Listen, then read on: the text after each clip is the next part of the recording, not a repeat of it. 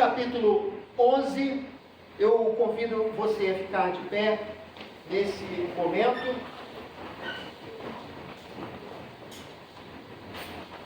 E a palavra do Senhor nos diz o seguinte: Jefté, o gileadita, era um guerreiro valente. Sua mãe era uma prostituta. Seu pai chamava-se Gileade. A mulher de Gileade também lhe deu filhos, que, quando já estavam grandes, expulsaram Jefté, dizendo: você não vai receber nenhuma herança de nossa família, pois é filho de outra mulher.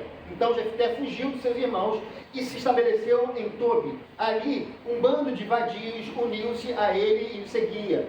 Algum tempo depois, quando os amonitas entraram em guerra contra Israel, os líderes de Gileade foram buscar Jefté em Tobi. Venham, disseram, seja nosso comandante para que possamos combater os amonitas. Disse-lhe Jefté: vocês não me odiavam e não me expulsaram da casa de meu pai? Por que me procuram agora quando estão em dificuldades? Apesar disso, agora estamos apelando para você, responderam os líderes de Gileade.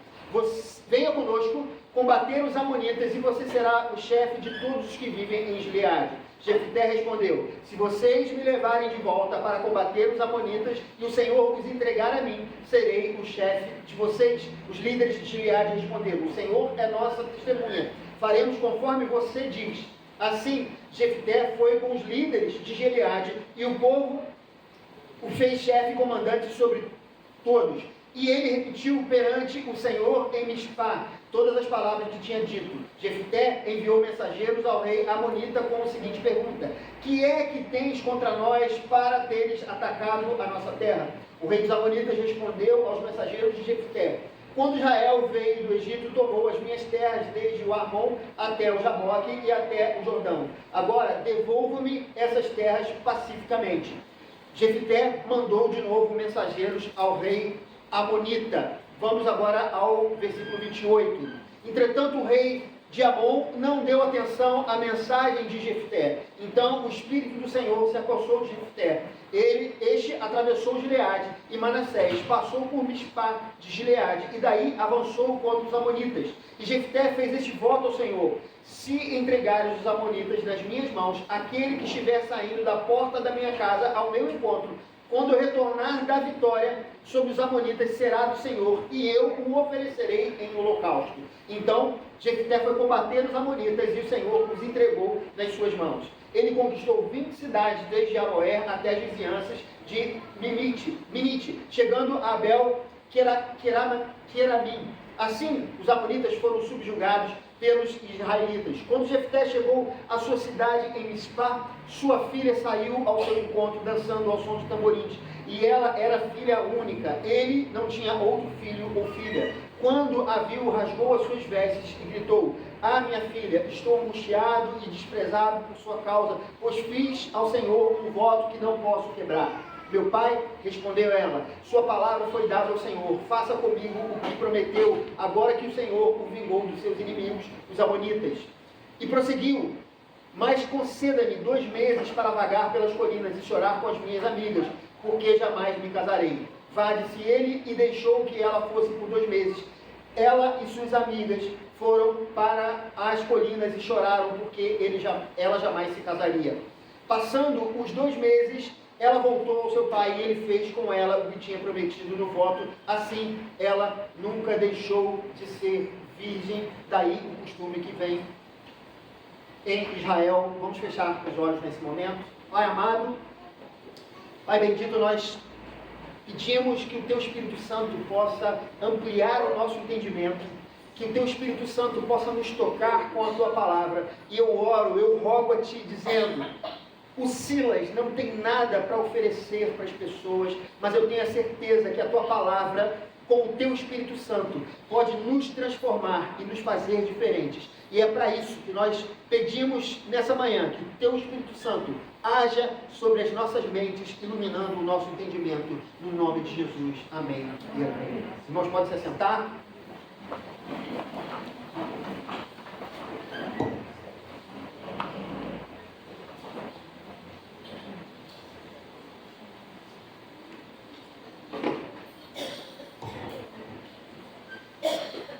Queridos, famosa galeria dos heróis da fé, ela está registrada em Hebreus, capítulo 11. E esse texto ele cita vários personagens que viveram histórias extraordinárias baseadas no contexto da fé bíblica. E aí a gente vê entre esses grandes heróis da fé pessoas como Abel, Noé, Abraão, Isaac, Jacó, Moisés, Davi e também Samuel. E todos esses nós sabemos que foram grandes personagens que estão registrados ali. A história deles se destaca no meio das outras histórias, né? Como por exemplo a história de Davi ou a história de Moisés, que foram personagens importantíssimos da história bíblica. Mas há também, queridos, menção de heróis da fé que não foram de tanto destaque quanto esses que eu falei. E esses aqui estão principalmente no livro de Juízes: Baraque, Gideão, Sansão e Jefité. Eles têm uma importância na história bíblica, mas é uma importância pontual, não como Moisés e outros grandes personagens das Escrituras. Esses 4 personagens específicos do livro de Juízes, que nós lemos, né, Baraque, Gideão, Sansão e Jefité, eles agiram por fé, e por isso eles são heróis, sim, a Bíblia diz isso, mas estão longe de ser um exemplo para Israel, diferente daqueles outros que eu havia citado primeiramente. E um fato a ser destacado: na Bíblia, ninguém é apresentado como super-herói. Nenhum personagem, queridos, por mais extraordinário que ele seja, ele foi apresentado como infalível ou perfeito. E, por exemplo, nós temos a história de Moisés, que era um homem paciente e temente a Deus, mas havia cometido um assassinato logo nas primeiras páginas de Êxodo. Davi, ele era um homem segundo o coração de Deus, mas o adultério e a morte de Urias foi uma mancha na sua vida. Jonas, ele foi comissionado por Deus para pregar a mensagem de salvação aos ninivitas, mas ele não desejava que a mensagem salvasse qualquer pessoa. O único personagem perfeito que nós conhecemos, que está registrado nas Escrituras, é Jesus Cristo. E por isso a Bíblia nos explica a sua origem. Ele é o Filho de Deus, ele não tinha pecados, ele foi perfeito em suas obras. Mas todos os demais personagens bíblicos são descritos como eles eram. E por isso, as pessoas que estão registradas no livro dos Juízes são do jeito que elas são. A Bíblia, ela não tenta florear os seus atos, ela não tenta esconder os seus erros, ela não tenta camuflar as suas personalidades e não tenta passar, como diz a expressão nova, né? Não tenta passar pano sobre as coisas erradas que eles fizeram. Por exemplo, queridos, Baraque, ele não conseguiu confiar plenamente na promessa da vitória de Deus e por isso ele chamou uma outra pessoa para que pudesse fazer a parte que ele não tinha fé para fazer. Gideão, ele teceu uma estola sacerdotal que era um objeto místico e que depois levou Israel ao pecado. Sansão, ele quebrou o juramento do nazereado e ainda se casou com mulheres cananeias. E por último, queridos, esse que nós lemos aqui, Jefité, que ofereceu a filha em sacrifício de holocausto. Na Bíblia, as pessoas, elas são retratadas com os seus erros, mas os personagens de Juízes, às vezes, eles se parecem mais com os ímpios do que com gente piedosa. Essa é a verdade. Mas há um motivo para que as coisas sejam assim. Eles não são assim porque eles eram indiferentes a Deus. Pelo contrário, eles foram considerados heróis da fé. Nós sabemos disso. Eles criam em Deus. Mas o problema era que esses juízes de Israel, eles não tinham o conhecimento adequado de Deus. E por isso cometeram algumas coisas que podem muitas vezes até nos chocar. E eu gostaria, queridos, de explicar isso através da história de Jefté. Antes do capítulo 11, há um preâmbulo da história de Jefté, no capítulo 10, versículo 6 a 18, e nos diz que aquele era o momento em que a paciência de Deus começava a se esgotar com os israelitas. Mas você pode dizer, pô, Deus não havia se agradado daquela segunda geração, conforme nós vimos aqui, nós temos acompanhado na nossa leitura bíblica devocional todos os dias, nós vimos que aquela geração, que foi a segunda geração de Israel, a primeira morreu no deserto, saiu do Egito e morreu no deserto. A segunda, ela foi uma geração vitoriosa, porque ela creu no Senhor e Deus deu a terra de Canaã para eles, e eles obtiveram muitas e muitas vitórias.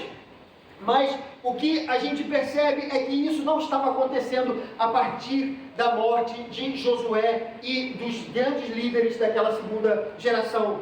Deus não estava mais se agradando daquelas pessoas. E por que agora Deus começava a rejeitar o seu povo? Quando Israel, queridos, entrou em Canaã, Deus prometeu que eles teriam paz, prosperidade, eles não passariam por adversidade, e Deus lhes garantiria a vitória sobre os inimigos, mas eles deveriam ser obedientes. E durante a vida de Josué, eles procederam exatamente assim, meus irmãos. O tempo passou, o livro de Juízes nos diz que somente algumas tribos permaneceram fiéis a Deus, mas outras não fizeram o que deveriam.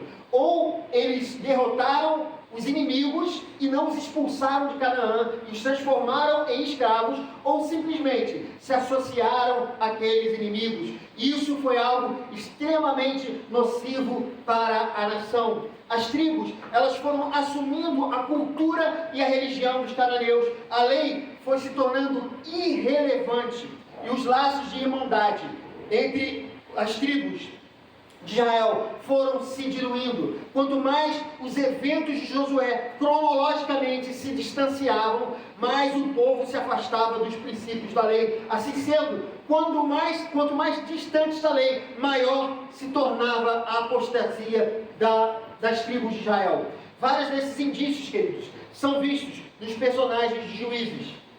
No capítulo 2, por exemplo, nos diz que havia um círculo vicioso que Israel estava caindo sempre. Israel pecava contra o Senhor, Israel se entregava à idolatria, o pecado os levava à opressão do inimigo, a opressão os levava ao clamor, o clamor os levava ao arrependimento. Deus levantava um libertador para a nação, mas o círculo vicioso, ele continuava e tudo ia se repetindo.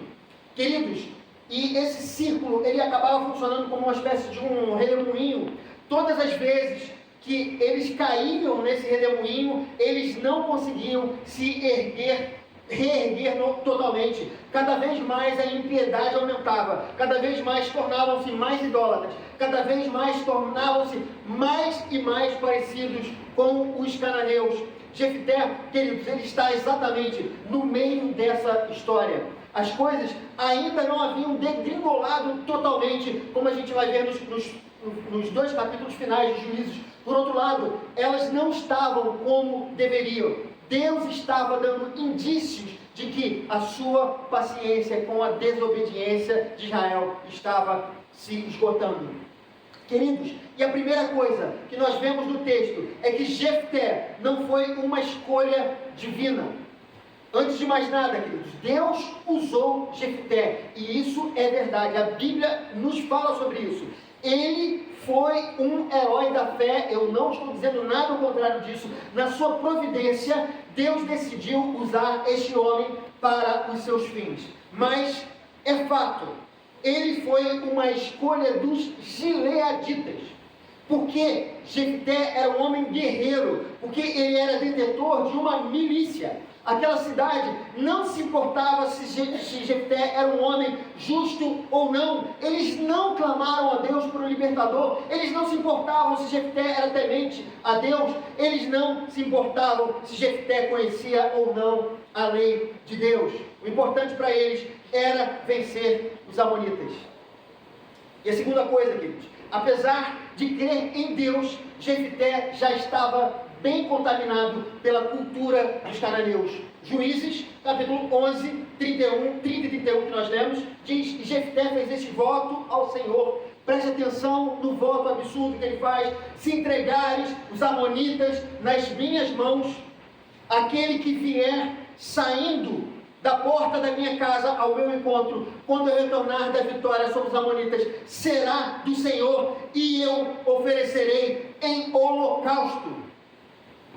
Queridos, cabe uma explicação aqui. Nós às vezes temos a tendência de abrandar os relatos bíblicos quando eles são muito fortes. Quando nós nos deparamos com textos difíceis, preferimos escolher uma interpretação, muitas vezes mais amena, mas nem sempre ela é a real interpretação ou a melhor interpretação das Escrituras. Os primeiros leitores que leram a Bíblia, quando ela foi organizada, eles ficaram chocados com essa informação, e por isso é tão importante que a gente leia a Bíblia de Gênesis a Apocalipse, tentando compreender qual é o fio condutor das Escrituras, da Palavra de Deus. Há uma ordem bíblica cronológica, e eles tinham em mente, aqueles leitores que leram a Bíblia pela primeira vez, que foram lendo a Bíblia de Gênesis a Apocalipse, eles entendiam e ficaram chocados com essa informação. Eles tinham em mente que o sacrifício humano era algo completamente proibido por Deus.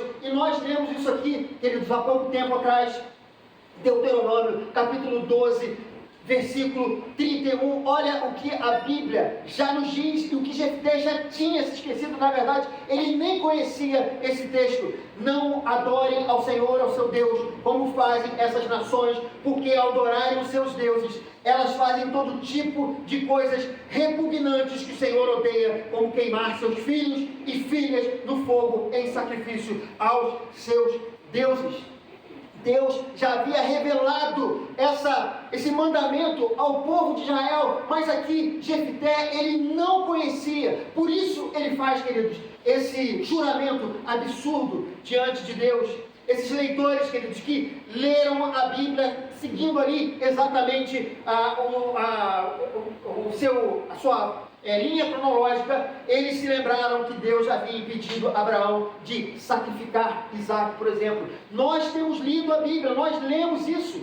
Gênesis, nós vimos que o patriarca Deus escolheu, depois Deus chamou ele para sacrificar o seu filho no monte, e chegando ali, ele foi impedido porque Deus estava dando um sinal para Israel. Israel jamais poderia sacrificar os seus filhos como fazia o povo cananeu ali. Não apenas a fé de Abraão estava sendo provada, mas também um grande ensino para Israel. E essas pessoas que viveram nesse tempo aqui, elas não conheciam. Esse voto de Jefté era feito por alguém que desconhecia plenamente a lei de Deus, alguém contaminado pelo misticismo cananeu, porque ele, se conhecesse a lei, jamais teria feito o que fez.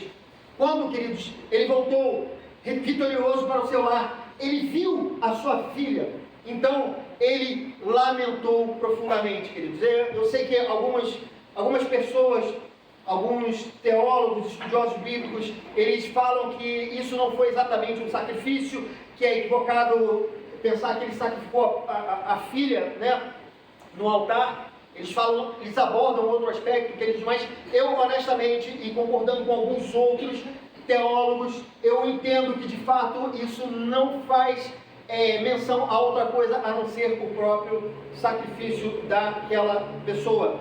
Mas o que é chocante aqui é que ele manteve a sua palavra porque a lei exigia. Veja o contrassenso. Deuteronômio 23, 21 diz o seguinte: ele deveria saber, Josué sabia, o povo que entrou na terra prometida já conhecia a lei de Deus. E esse texto diz: se um de vocês fizer um voto ao Senhor, ao seu Deus, não demore ao cumpri-lo, pois o Senhor, o seu Deus, certamente lhe pedirá contas e você será culpado de pecado se não cumprir. Queridos, veja a incoerência de Jefté. Por um lado, ele oferecia a sua filha em holocausto, e ele agia contra a lei. Por outro, agindo pela lei, ele se sentia na obrigação de cumprir o voto absurdo que ele havia feito. Ele entrou num conflito que ele não sabia. Deus, queridos, não estava exigindo isso dele, porque isso já estava registrado nas Escrituras. Quando nós vemos, queridos, em Marcos capítulo 2, 27,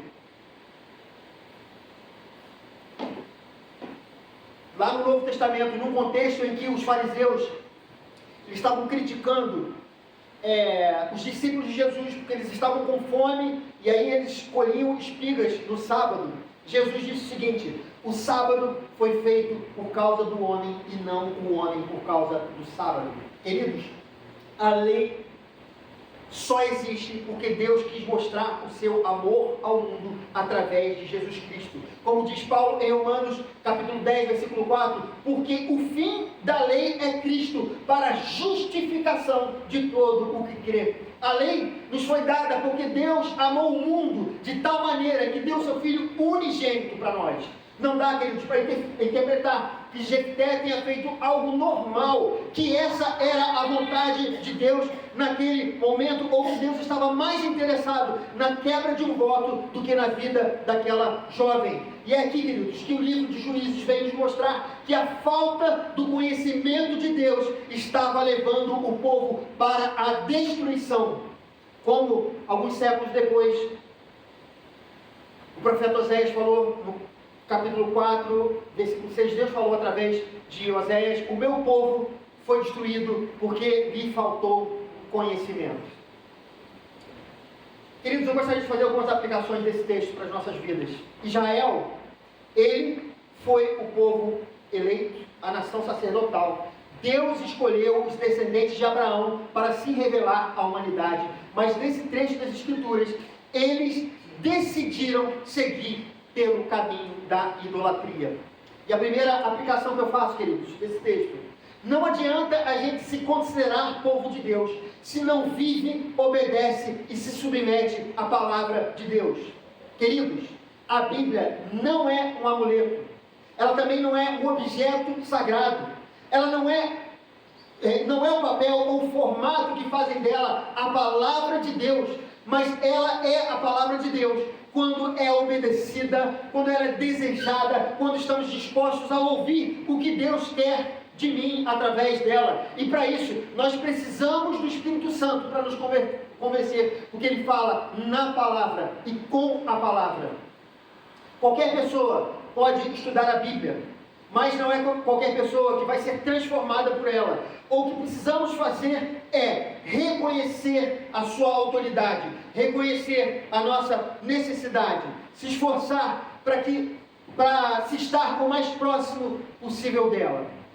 Em segundo lugar, queridos, quanto menos conhecemos a palavra, maior é a possibilidade de errar. E nesse período, Israel estava cometendo erros que já não deveriam estar mais cometendo. A lei e as diversas experiências que eles tiveram, como por exemplo no deserto, deveriam ter sido como parâmetro para o povo de Deus, mas o distanciamento de Deus os tornava cada vez mais parecidos com os cananeus. Da mesma forma, meus irmãos, o distanciamento de Deus nos torna mais parecidos com o mundo. Eu não estou dizendo que você tem que viver numa bolha, eu não estou dizendo que você não possa participar da cultura que nós temos, como filmes, ver filmes, séries, né? O Jefferson gosta muito de filmes e séries, né? Filmes, séries, ou ver músicas, ir ao teatro, ou participar da política, ou estudar. Nós fomos chamados para viver no mundo, porém, nós não somos do mundo. O conhecimento de Deus e de sua palavra nos dará o discernimento necessário para saber o que nós podemos ou o que não podemos fazer, ou de que forma nós devemos ou não viver. Assim como Israel, a falta de parâmetros nos levará a cometer vários pecados diante de Deus. Quando não temos o conhecimento das Escrituras, não temos os subsídios necessários para discernir a boa, agradável e perfeita vontade de Deus. Em último lugar, queridos, você pode estar sendo usado por Deus, e isso aqui é algo sério, sem que necessariamente a sua vida esteja dentro de sua vontade. E eu explico isso, eu falei isso na escola bíblica dominical, quem veio está entendendo exatamente o que estou dizendo aqui nesse momento. Nem sempre vamos permitir que a vontade de Deus seja feita nas nossas vidas. Calma, fica nervoso não. Às vezes, por conta da nossa condição pecaminosa. Outras vezes, porque nós não estamos interessados em fazer o que Deus nos pede. Ou então, porque não conhecemos a palavra de Deus, e esse foi o caso de Jefté. Não dá para dizer, queridos, que ele estava fazendo a vontade de Deus somente porque cumpria um voto exigido pela lei. O conhecimento parcial da lei o fez desviar do verdadeiro propósito da lei. Mesmo assim, Deus, o soberano, usou Jefté para que os seus propósitos fossem cumpridos. Queridos, na nossa vida, os erros, os pecados, a indiferença à vontade divina podem, pela providência de Deus, estar incluídas nos propósitos divinos. Mas, biblicamente, não é isso que Deus deseja de nós. Deus, queridos, incluiu Abraão, que foi o filho do pecado de Davi, na linhagem da sucessão. Mas não dá para dizer que era isso que Deus queria de Davi. O pecado de Davi interrompeu um fluxo de bênçãos que ele tinha desde a juventude. Davi, ele foi perdoado por Deus, não deixou de ser um homem segundo o coração de Deus. Deus continuou a agir através dele. Mas o rei Davi acabou experimentando as consequências de seus erros no meio de sua família. Como disse Samuel a Saul, eis que obedecer é melhor do que sacrificar. Queridos, vou concluir essa mensagem dessa manhã.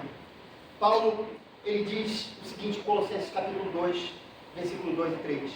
Esforço-me para que eles sejam fortalecidos em seus corações, estejam unidos em amor e alcancem toda a riqueza do pleno conhecimento, ou do pleno entendimento, a fim de conhecerem plenamente o mistério de Deus, a saber, Cristo.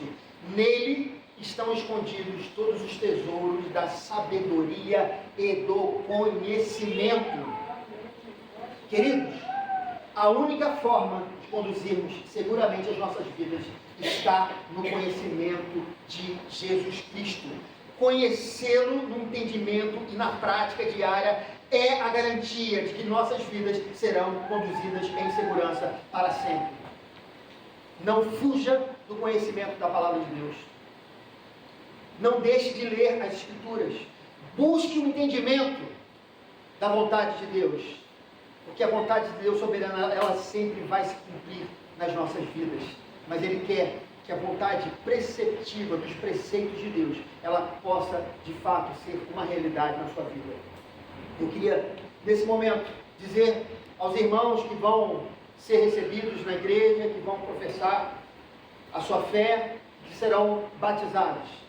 O que nós vamos fazer aqui não é nada além de um sacramento. Nós vamos ministrar o sacramento do batismo, mas ele não vai operar por si mesmo. Ele não é um poder mágico. Ele não vai transformar a sua vida, porque o verdadeiro batismo é aquele que acontece no nosso coração, e esse batismo que nós vamos fazer aqui, ele é apenas um sinal dessa realidade e um selo, porque o Espírito Santo está selando essa realidade diante da igreja de Jesus Cristo, através da sua palavra e do Espírito Santo. Mas, queridos, não parem por aí. Não sejam como Jefté. Não cumpram parcialmente a lei de Deus, porque nessa você pode chegar em lugares que você não deveria. Deus, na sua vontade soberana, Ele decretou muitas coisas importantes para você, mas é necessário que a vontade de Deus seja feita assim na terra, obedecendo a voz do Senhor e aquilo que Ele nos revelou na sua palavra, assim na terra como nos céus. É a vontade soberana de Deus. Para o Jefferson, e nessa manhã, que vai passar por esse momento especial também, eu queria dizer o seguinte, Jefferson, esse é o penúltimo passo antes da ordenação. Você ouviu várias vezes isso aqui na igreja, várias vezes eu falei isso com você. Não deixe de lado a palavra de Deus.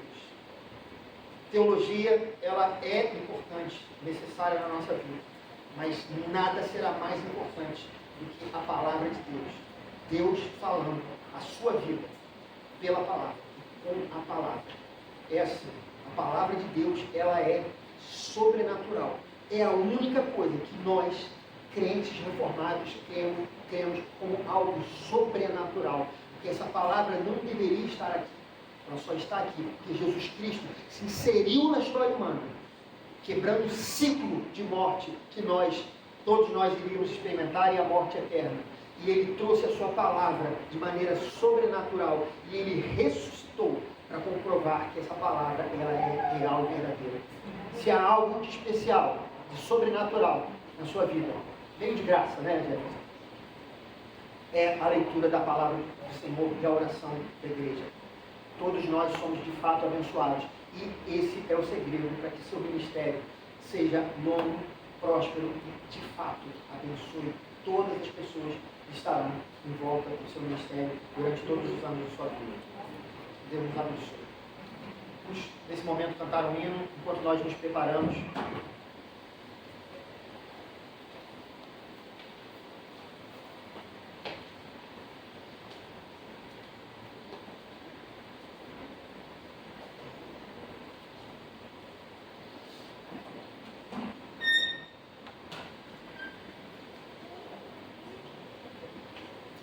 Fazer uma oração, já pode começar a oração se quiser. Senhor, nós pedimos que essa palavra que foi ministrada, ela encontre um terreno fértil em cada coração aqui. Eu preciso dessa palavra, Senhor. Essa palavra não saiu do pastor Silas. O pastor Silas, ele é vazio para ensinar qualquer coisa para qualquer pessoa, mas eu creio que a tua palavra de Deus, ela é poderosa, e ela é sobrenatural, e ela transforma os corações.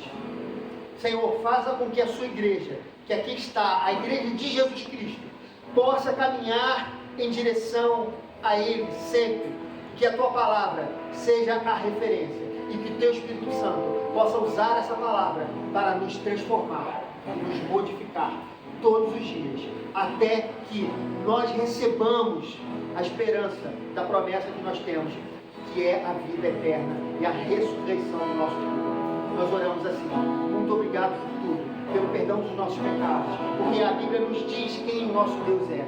Muito obrigado, porque nós não estamos perdidos no escuro. Nós oramos assim, em nome de Jesus. Amém.